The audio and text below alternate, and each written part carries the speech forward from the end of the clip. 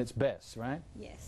All right, well, welcome back to the Texas Daily. This morning, we're shedding some light on some programs involving therapy animals and how they can help anyone faced with a tragedy or other circumstances. And we saw this story just a couple of minutes ago about the golden retrievers and the therapy they're providing up in Newtown, Connecticut. And joining us on the couch today is Barbara Kouwen, who has trained a number of therapy dogs over the years. So, Barbara, thank you for coming in and joining us, and introduce us to your friend. This is Beth. She's, we think she's about 8 years old. She was a little rescue dog. We think she was a Katrina dog. And so she found a forever home with me, and now she's giving back. She's a sweetie. She is a sweetie, and she just spilled some water because she was thirsty. Yeah, she was lapping it up. Right, right. We found that out. She's cleaned it up. Well, what do you look for, Barbara? What constitutes the attributes that would make a good therapy dog?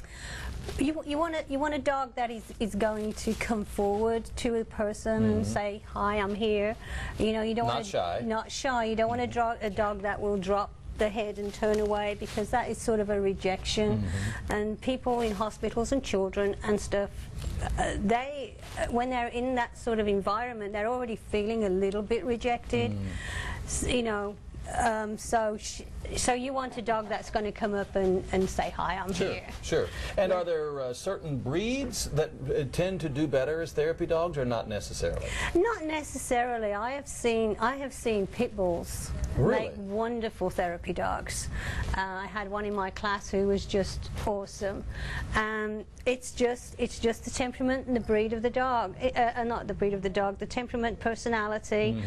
You want a calm dog, but you want an outgoing dog that's going to, you know, interact with people. What kind of work does Beth do here? Where have you taken her? She goes out to Dancing River, which is a retirement home in Grapevine. It's memory care and assisted living, and she's been doing that for probably about six or 7 months now. What is it about touching a dog or having a dog around you that makes your blood pressure go down, your stress levels go down? Even I've read they help with pain management. Right. What is it? I think the dogs have a calming effect on people. You know, they don't ask for anything. They're not demanding anything from a person. They're all giving. Unconditional love. And companionship. Yeah, they're always giving.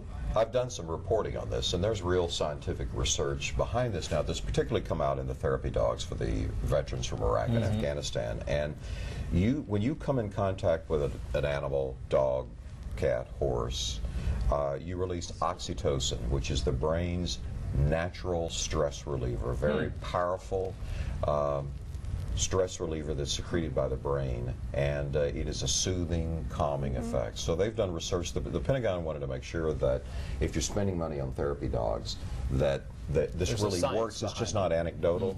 And there's some great books out there, and I'll tell you, after the show, I'll try to put them on the Facebook page and some of the research that's talked about it.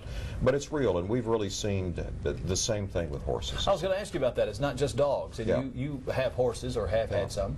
Yeah, we do have horses and ride, and a horse is like a big dog. That's hard for a lot of people to imagine, but some people are intimidated by the size, but they're very, very dog-like. Even the same sense of smell, the way they size people up. And the intelligence of horses. Comparable. But it works. And you know, we went for about a year's period. Our Yorkie passed away, and now we got a Great Dane. But I can tell you, I kind of felt the stress go up without that dog work. Really? Really. Especially when you're used to having an animal in the house.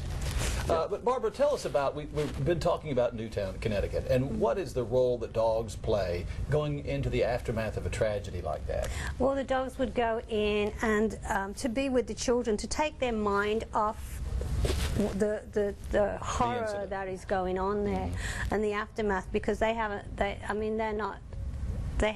processed it yet.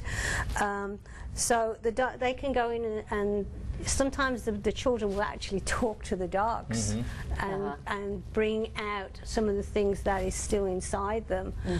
More so than they would talk to a human counselor. Yes. Well, don't you remember doing that when you were a kid? Your dog was your best friend. Right. Well, even when you grow up, you're for some, that's true. Are you seeing this kind of therapy being more and more well received, even expected in some cases in the aftermath. Yes, absolutely. I mean, years ago when I first started, it wasn't, It was odd. You would go in with your dog, but my dog had to have, she had to have doctor's release and clearances for her to do things, and so, things have changed. And also therapy dogs can be used in actual physical therapy. Yeah, of course. Because you have people, especially older people who had some trauma, or they're not kids or anything, that they're not being able to get these people to move and do the exercises that are required. But you can take in a brush and give it to a person and tell them to brush the dog, and they brush the dog, or they'll throw a ball and things like this, so they're getting interaction that way. And they're also getting the physical therapy that's required. We need to get a shot of her down here relaxing. Isn't that But now I'm more relaxed. And relaxed. for our viewers that would like to get involved in something like that, is there a local association or a group that they can talk to? There are different groups that are around. There is the Delta Society. Is one of them, and TDI, Texas, not Texas, Texas Therapy Dogs. But if you go online and you just do a Google search, it'll bring up quite a few organizations that you can do. Well, you've relaxed all of us here by bringing Bess in. Is the best. Who could not love that? Barbara Kouwen, thank you so much for coming in this morning and bringing Bess, right? Thank Bess, yes. Thank you for being here. Thank you. Well, those are some of our thoughts. If you'd like to join the conversation or tell us what your thoughts are about your dogs or your therapy dogs, you can do so by going online to Facebook, Twitter, or you can email us at comments@ktxdtv.com. And